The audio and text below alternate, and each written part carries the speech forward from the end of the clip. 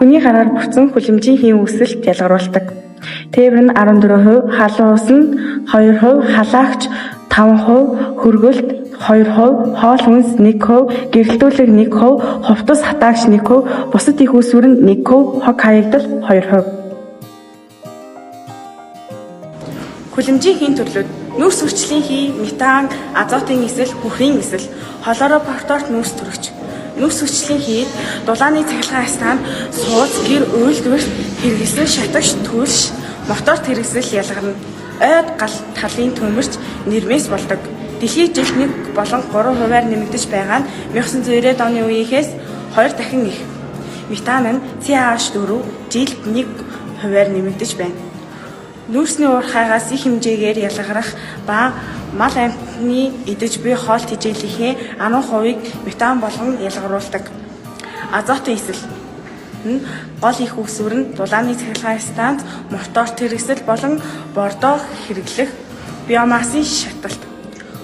Бүхрийн хүчил эсэл нь SO2 нь гол төлөө түлшний шаталтаас ялгарна. Хүчлэлэг тундаас үүсгэд гол нөлөө үзүүлдэг. Хлоропортort нүүрс төрөгчд нь гол их үүсвэр нь аразол, хөргөгч, агааржуулагч ба элдв төрлийн шүүгч юм.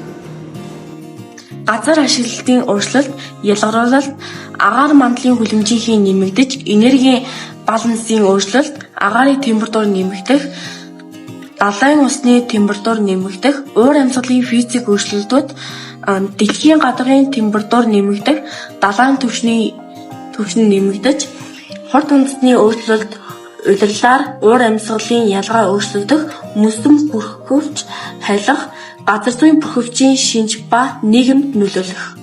Кейс судлал: хотын универс, Лос Анжелес хот. Бохирдлын улмаас температурын тонгороо буюу универс үүснэ. Агаар бохирдуулагчийн улмаас универс үүснэ. Үүссэн универсийг хотын универс гэж нэрлэнэ.